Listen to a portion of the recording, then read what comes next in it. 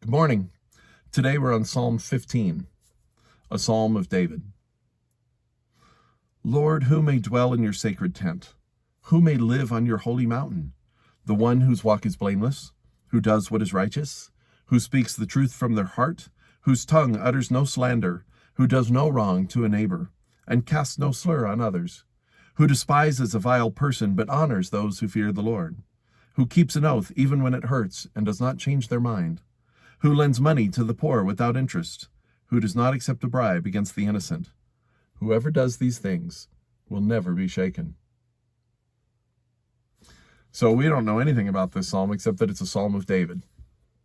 And, it's a pretty straightforward psalm in some ways. I think what stands out to me is, some of the psalms are really about David recognizing that his righteousness is really just in God.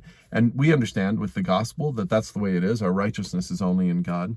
But we also understand that there are things that God loves and desires. And as we understand God better, we understand what's important to God. And as we understand what's important to God, it helps us understand God better.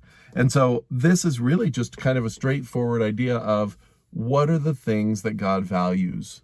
It's the Ten Commandments, but laid out in a different way. What does it mean to be blameless and righteous? Who can identify what does it mean to be like God? And it just gives a list of these things that are really important to God. And it gives us a moral standard. Not that we're saved by the moral standard, but a couple of things. One is, it does mean that when we share these things, we share them in common with God. This is what God has.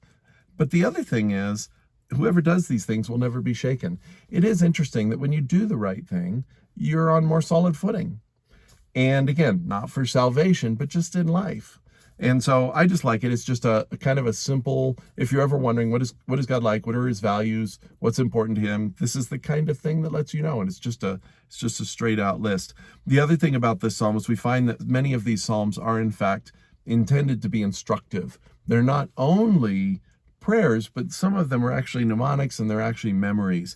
And so this is things to help you remember. So this is one of those psalms that was probably meant to be instructive, so that Hebrew children would grow up learning this, and it would help them know these are the things that are right. These are the things I do.